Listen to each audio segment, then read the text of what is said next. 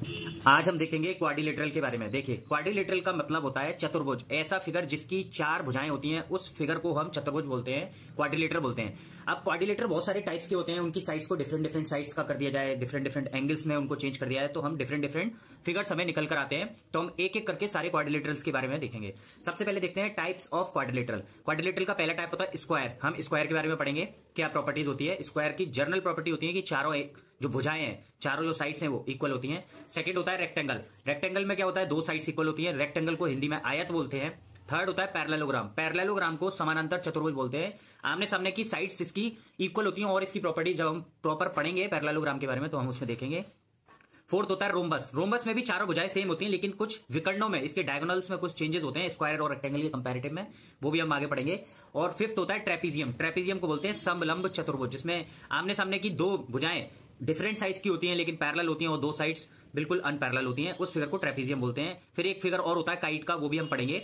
एक kite type figure और होता है काइट, पतंग टाइप का फिगर। तो टोटल हमने 6 टाइप के क्वाड्रिलेटरल के बारे में पढ़ेंगे, स्क्वायर के बारे में पढ़ेंगे, रेक्टेंगल के बारे में पढ़ेंगे, पैरेललोग्राम, रोम्बस, ट्रेपीजियम और एक काइट का स्पेशल और पढ़ेंगे, स्पेशल फिगर। अब देखते हैं इन सारे के सारे फिगर्स में क्या प्रॉपर्टीज कॉमन होती हैं।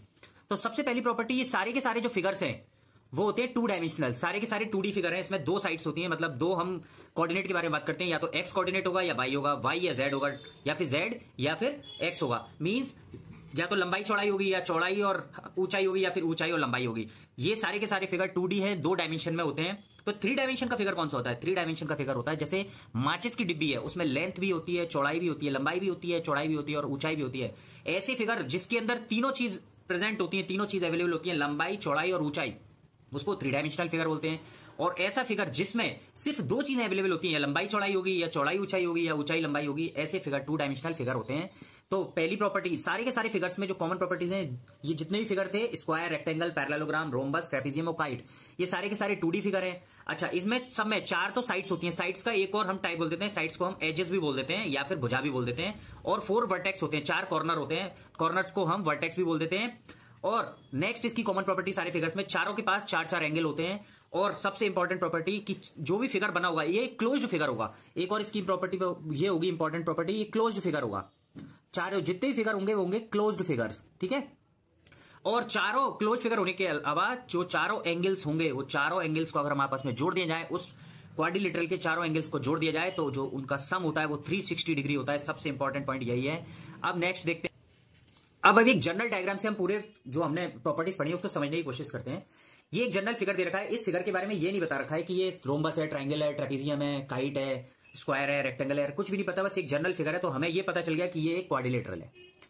क्या ये एक क्वाड्रिलेटरल है? सबसे पहला पॉइंट। फिर आप देखेंगे इसमें क्या क्या प्रॉपर्टीज हमें गिवन है।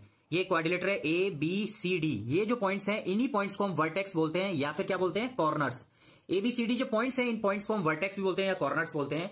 अब जो ये साइड है ए बी, ये बी सी, ये सी डी और ये डी ए, इन साइड्स को हम एजेस भी बोल देते हैं, साइड्स भी बोल देते हैं या फिर भुजा भी बोल देते हैं।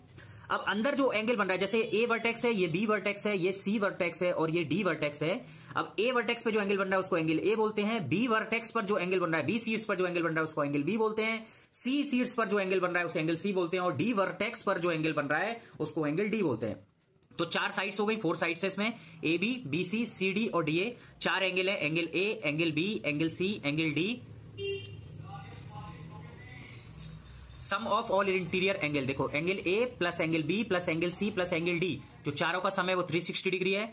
और नेक्स्ट इसके जो वर्टेक्स पॉइंट है ए बी सी डी है।